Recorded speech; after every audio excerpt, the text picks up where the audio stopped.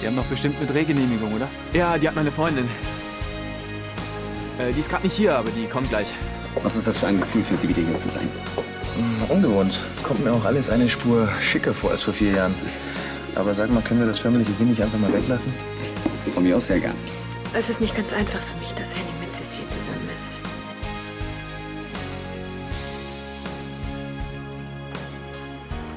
Ach, Marie. Bitte. Nicht. Hi. Och, Alexa, endlich. Der Wachtmeister möchte gerne unsere Drehgenehmigung sehen.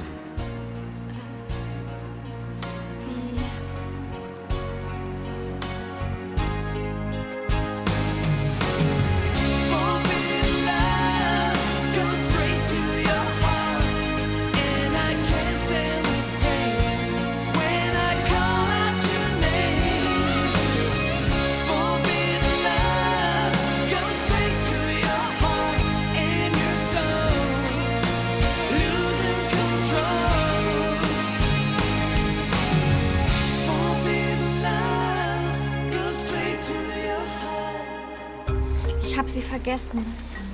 Wo denn? Zu Hause? Nein, ich habe sie gar nicht erst abgeholt. Mensch, Alexa, das gibt's doch gar nicht.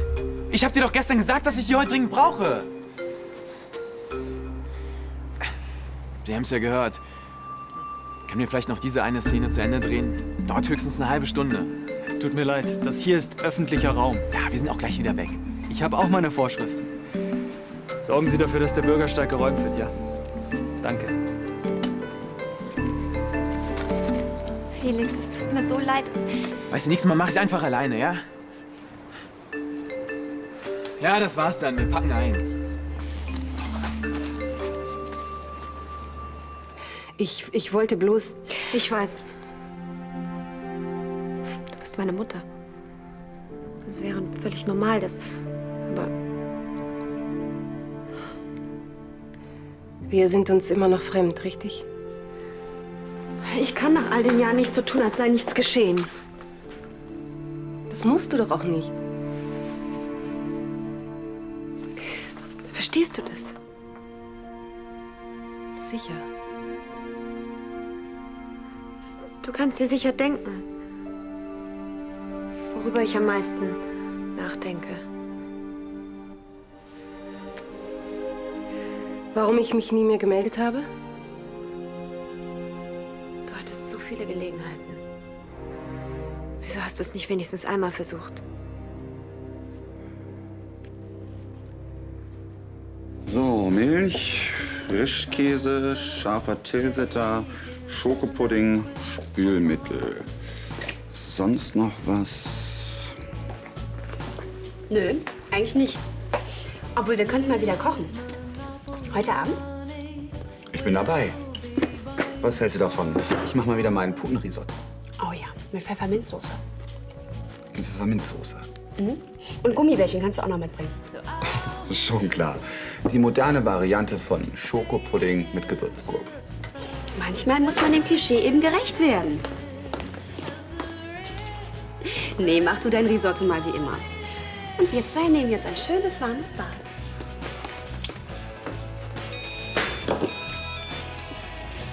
Seifert? Hey, Florian. Ja, gut, und selbst? Ja, klar habe ich Lust. Heute Abend? Du, ich wollte kochen. Ja, willst du nicht vorbeikommen? Ach so, du wolltest auf ein Konzert. Ja, kann man nichts machen. Dann bis demnächst. Tschüss. Ich könnte mir in den Hintern beißen. Felix hat mich extra noch dran erinnert. Deswegen muss er dich noch lange nicht so anmachen. Ja, Franzi, so ein Drehtag ist verdammt teuer. Und meinetwegen mussten sie das Set abbauen. Na und? Guck mal, du bekommst doch nicht mal Geld dafür, dass du sein Mädchen für alles spielst. Weil er keins hat. Und du nimmst auch noch extra einen zweiten Job an, also... Ja, es war nicht ganz okay von ihm. Da hast du vielleicht recht. Nicht ganz okay. Felix denkt immer, er ist der Größte, obwohl andere die ganze Arbeit machen. Also ich hätte ihm da direkt mal meine Meinung gesagt. Er hat doch gar nicht richtig mitbekommen, dass ich jetzt in der Disco jobbe. Dass ich deswegen so müde war. So, Felix weiß davon gar nichts. Ja, und warum hast du es ihm nicht nochmal gesagt? Wann denn? Vor dem ganzen Team? Nein, das wollte ich nicht. Wenn er sich das recht nimmt, dich da vor allen so anzumachen, dann kannst du... Naja, wenigstens kannst du jetzt das Drosausen lassen, ne? Mann, Alexa, du willst dich doch nicht ernsthaft so ausnutzen lassen. Ich muss los, ich komme zu spät ins Label. Meld mich später bei dir, ja? Du spinnst doch.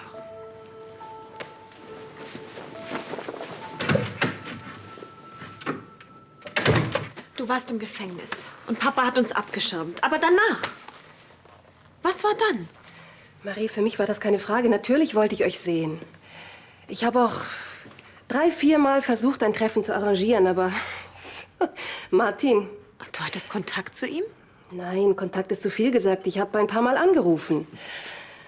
Aber als er dann dran war, ich konnte nicht.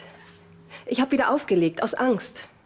Wir waren deine Kinder. Du hattest jedes Recht, uns zu sehen. Euer Vater hatte natürlich das Sorgerecht. Das meine ich nicht. Ich an deiner Stelle hätte alles getan, um meine Kinder zu treffen. Du vergisst, dass Martin inzwischen mit Beatrice verheiratet war. Aber das ist doch kein Grund. Marie, versetz dich doch bitte einmal in meine Lage. Ihr wart eine scheinbar glückliche Familie. Und auf einmal tauche ich da auf. Eine Betrügerin, gerade aus der Haft entlassen. Das wäre mir doch völlig egal gewesen. Aber deinem Vater nicht. Und dann, wie hätte es dann weitergehen sollen? Du hättest uns besuchen können. Wir hätten etwas zusammen unternommen. Glaubst du, Beatrice wäre damit einverstanden gewesen, dass ständig Unruhe in der Familie ist? Ich dachte einfach, auch für euch sei es besser so. Das mag ja alles sein. Aber dann, später. Du hättest uns doch wenigstens mal schreiben können.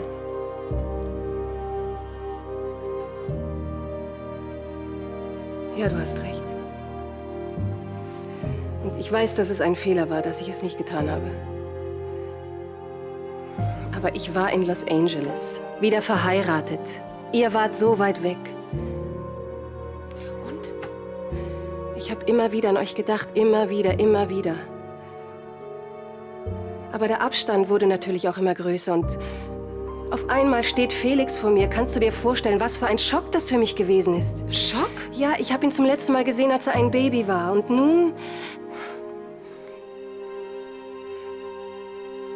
Da erst wurde mir klar, wie sehr ich euch in all den Jahren... wie sehr ich euch vermisse.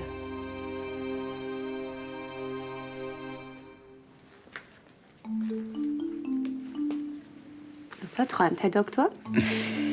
Wie war das Bad? Wunderbar. Hat deine Träumerei etwas mit dem Anruf zu tun?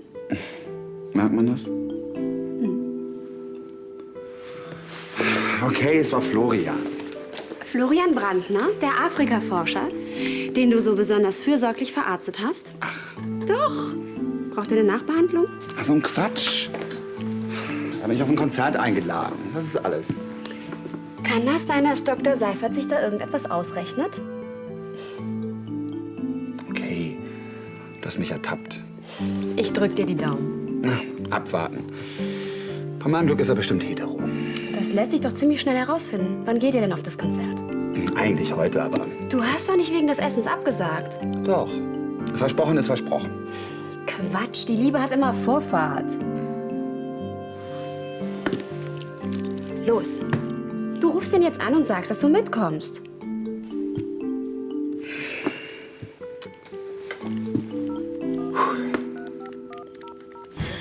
Geht nicht. Das ist ein Nachtdreh.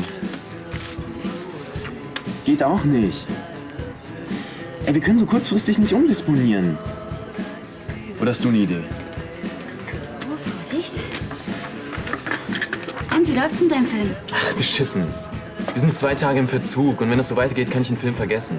Echt so schlimm? Zeit ist Geld. Du hast recht beim Film. Na komm, du schaffst es schon. Ja, die Frage ist bloß wie. Erst die Pleite mit Franziska und jetzt diese beknackte Drehgenehmigung. Morgen gehe ich selbst zum Amt und hol den Wisch ab. Die Szene von heute kannst du morgen aber nicht nachdrehen. Wieso das denn? Joe und Martina haben keine Zeit. Verdammt! Verdammt, was mache ich denn jetzt? Wie auch immer. Hast du eigentlich inzwischen mit Alexa gesprochen? Die war ganz schön fertig vorhin. Ach, das kläre ich heute Abend mit dir. Ey, irgendwas muss doch gehen.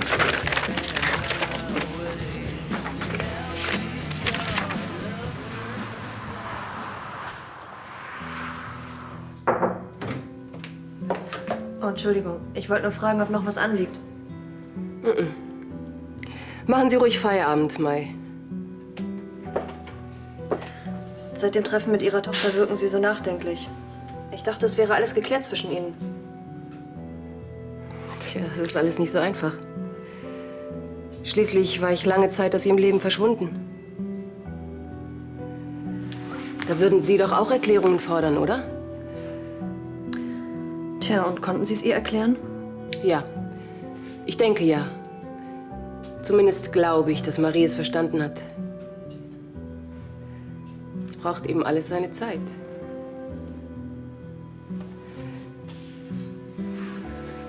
Schönen Abend noch. Danke.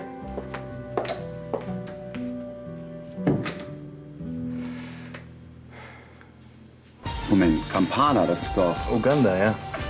Ich habe da in einem Handelshaus ausgeholfen, ein Computernetzwerk aufzubauen. Echt? Das kannst du? Tom, learning by doing. Jedenfalls konnte ich da immer nur abends nach Feierabend dran, was ziemlich nervig war. Aber das hat mir das Leben gerettet. Inwiefern? Normalerweise bin ich immer noch nach der Arbeit in ein Restaurant zum Essen. Aber diesmal wurde es ziemlich spät und ich bin dann gleich nach Hause. Und genau an dem Abend haben ein paar Rebellen mit Maschinengewehren das ganze Restaurant durchsieht. War irgend so ein hohes Tier drin. Hört sich ziemlich krass an. War es auch. Am nächsten Tag war da immer noch alles voll Splitter und Blut. Ups, bitte. Danke dir. Aber es gab auch mega klasse Zeiten da unten. Warst du eigentlich die ganze Zeit allein unterwegs? Die meiste Zeit schon. Zumindest seit wir uns getrennt hatten. Klingt ziemlich hart. Ich meine, ein fremdes Land und dann eine kaputte Beziehung. Ist schon scheiße, ja. Aber für Bastiane war es noch härter. Bastiane? Meine Freundin, ja. Sie ist extra meinetwegen damals mitgekommen. Naja, aber es ging einfach nicht mehr.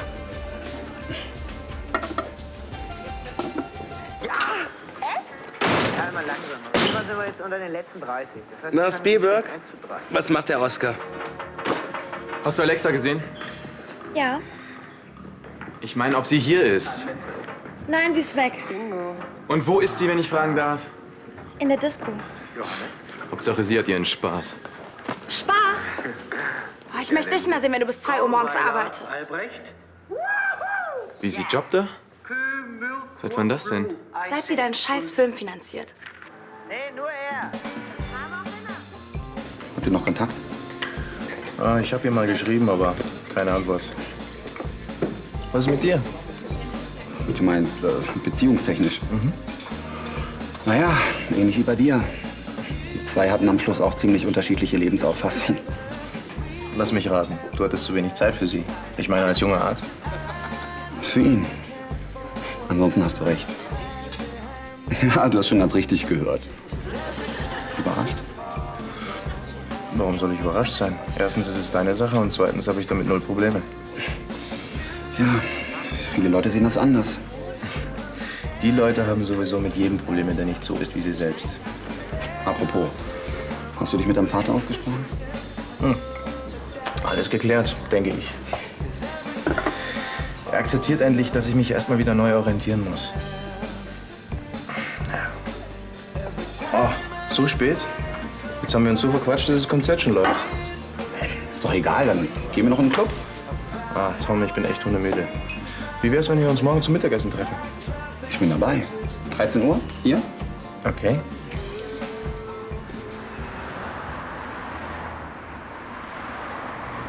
Geht es um die alten Kinderfotos? Ja, ich wollte sie mir einfach noch mal angucken. Du hast also mit Silvia über die Zeit in Hamburg gesprochen? Auch. Aber vor allem darüber, warum sie sich nie wieder gemeldet hat. Und? Naja, ich glaube, so langsam verstehe ich ihre Gründe. Ihr habt euch also versöhnt. Naja, sagen wir haben uns angenähert. Ach, guck mal. Das war bei deiner Einschulung. Die Tüte musste ich hinterher verstecken, sonst hättest du alle Süßigkeiten auf einmal verputzt. Und das war an deinem 7. Geburtstag. Du warst tödlich beleidigt, weil dein neues Fahrrad nicht rosa war. Guck mal, was du für ein Gesicht ziehst. Fällt dir an den Fotos was auf? Nein? Wo ist Silvia? Ich meine, du bist öfter mal auf den Fotos drauf und Freunde auch, aber meine Mutter? Zu der Zeit war sie doch noch gar nicht im Gefängnis. Zum Beispiel hier. Wo war sie an meinem Geburtstag?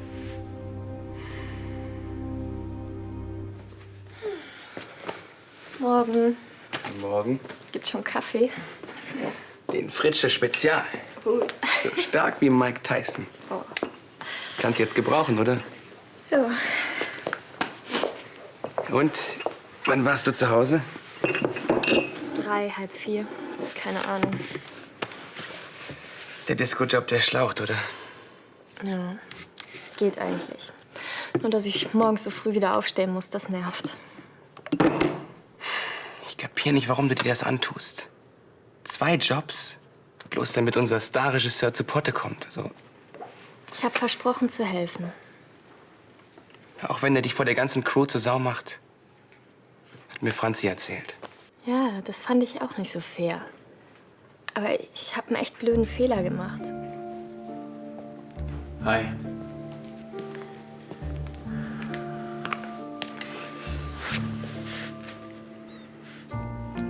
Ich war gestern unfair zu dir. Tut mir leid. Ja, ist schon gut. Du hattest ja auch echt Stress wegen der Drehgenehmigung. Ich hätte nicht ausrasten dürfen. Ja, okay. Also ich hätte mir das nicht gefallen lassen.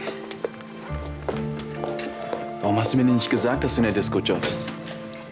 Das wollte ich, ja. Aber du hattest ja nur einen Kopf für deinen Film.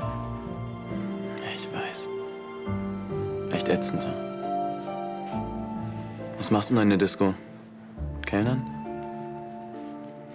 Das erzähle ich dir später. Ich muss jetzt ins Label.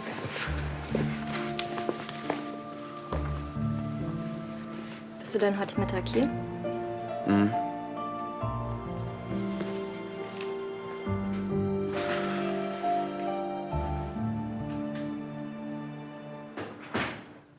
Wenn ich darüber nachdenke. Ich kann mich kaum daran erinnern, dass sie mal dabei war. An dich schon. Ich meine, ich kann mich nicht daran erinnern, dass sie mich mal in den Arm genommen hat, um mich zu trösten oder dass wir zusammen gelacht haben.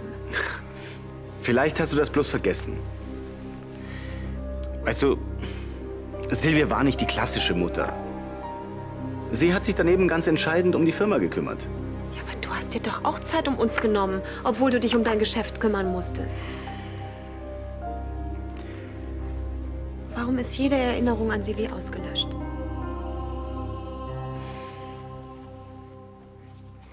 So begeistert, wie du von ihm erzählst, werde ich langsam ziemlich neugierig auf diesen Florian. Jule, wir sind auf einer Wellenlänge. Der ist nicht so oberflächlich wie manch andere. Bist du nicht ein bisschen nachtragend? Das Ding mit Oliver ist durch. Florian ist perfekt, oder? Aber nicht schwul. Ihr könnt doch trotzdem Freunde werden. Könnten wir. Frau müsste man sein. Wie wär's? Wäre nichts für dich? Nee. Ich habe momentan wirklich keine Lust auf Beziehungsstress. Wenn du meinst. Ich bin männermäßig doch bestens versorgt. Ich meinte doch nur. Magst du noch irgendwas trinken, bevor dein perfekter Florian kommt? Er wird jeden Moment hier sein. Okay, dann gehe ich in der Küche mal nach dem Rechten sehen.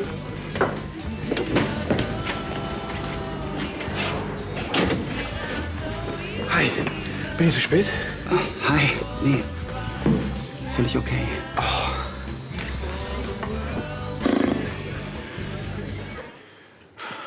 Jetzt komm schon. Oh. Hi. Hi. Was ist los? Augen zu. Warum? Augen zu.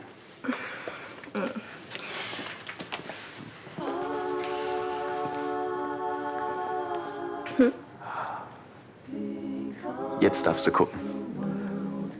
Oh, sieht ja super aus. Ja, ist zwar nicht selbst gemacht, aber mit Liebe gekauft. Nudeln, oh. Was ist das?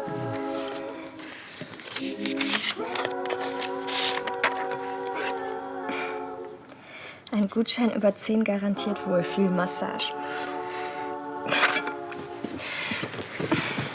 Super lieb von dir. Ach, ich war ein Idiot, dich so anzupflaumen. Du bist doch die süßeste Hummel im Universum. Doch.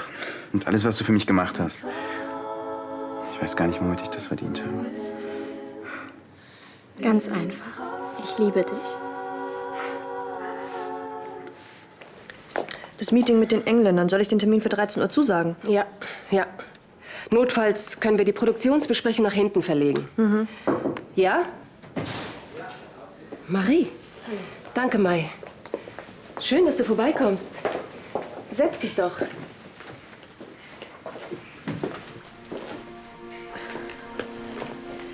Ich habe mir heute Morgen mal unsere alten Familienfotos angesehen. Ah, wegen unserer Unterhaltung gestern. Ich dachte, du könntest mir vielleicht etwas über unsere gemeinsame Zeit in Hamburg erzählen. Was willst du wissen? Willst du dir die Fotos nicht mal ansehen?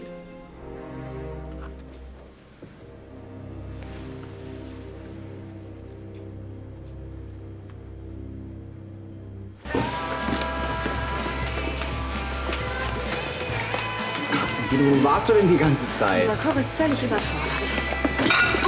Sorry. So ein Mist.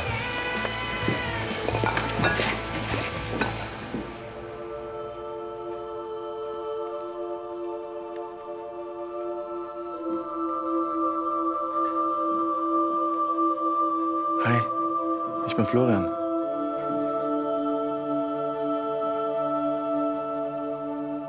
Süßer Anzug.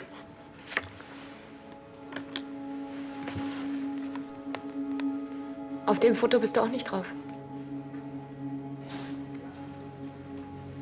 Das werde ich wohl auch gemacht haben.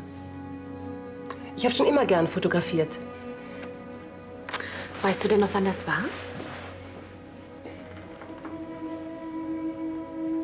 Nein, es tut mir leid.